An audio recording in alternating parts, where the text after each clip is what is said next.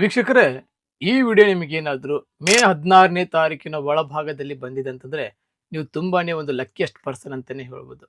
ಯಾಕಂದ್ರೆ ಈ ದಿನ ಭಾವುಕ ಅಮಾವಾಸ್ಯೆ, ವಿಶೇಷವಾಗಿ ಈ ದಿನ ಶನಿ ಜಯಂತಿ. ಅದು ನೋಡಿ 13 ವರ್ಷದ ನಂತರ ಶನಿ ಜಯಂತಿ ಎಂಬುದು ಶನಿವಾರ ದಿನ ಬಂದಿದೆ. ಈ ದಿನ ಈ ಒಂದು ಕೆಲಸನ ನೀವು ಏನಾದರೂ ಮಾಡಿಸೋದ್ರಿಂದ ನಿಮ್ಮ ಜೀವನದಲ್ಲಿ ಶನಿಯ ಕಾಡಾಟಗಳು ಎಲ್ಲವೂ ಸಹ ದೂರ ಆಗುತ್ತೆ. ಶನಿ ದೇವರು ಅಂತಂದ್ರೆ ಏನು? ಕರ್ಮಕಾರಕ. ನಿಮ್ಮ ಜೀವನದಲ್ಲಿರುವಂತಹ ಎಲ್ಲ ಕರ್ಮಗಳು, ಎಲ್ಲ ಶನಿಯ ಸಮಸ್ಯೆಗಳು ಎಂಬುದು ದೂರಾಗಿ ಬದುಕಿನಲ್ಲಿ ಸುಖ ಶಾಂತಿ ಎಂಬುದು ನೆಲೆಸುತ್ತೆ. ಆ ಪರಿಹಾರ ಏನು ಅಂತ ಈ ವಿಡಿಯೋದಲ್ಲಿ ತಿಳಿಸಿಕೊಡ್ತೀನಂತೆ.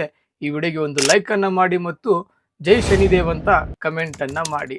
ಈ ದಿನದಂದು ನೀವು ಬೆಳಗ್ಗೆ ಬೇಗ ಎದ್ದು ತಣ್ಣೀರಿಂದ ಸ್ನಾನನ ಮಾಡಿ ಶನಿ ದೇವಸ್ಥಾನಕ್ಕೆ ಹೋಗ್ಬಿಟ್ಟು ತೈಲಾಭಿಷೇಕ ಅಥವಾ ಶನಿ ಶಾಂತಿ ಹೋಮನ ಮಾಡಿಸಿ. ಈ ಒಂದು ಕೆಲಸನ ನೀವು ಮಾಡಿಸೋದ್ರಿಂದ ನಿಮ್ಮ ಬದುಕಿನಲ್ಲಿ ಇರುವಂತಹ ಎಲ್ಲಾ ಶನಿಯ ಕಾಡಾಟಗಳು ಪ್ರತಿಯೊಂದು ಸಹ ದೂರಾಗಿ ಬದುಕಿನಲ್ಲಿ ಶಾಂತಿ ಎಂಬುದು ನೆಲೆಸುತ್ತೆ.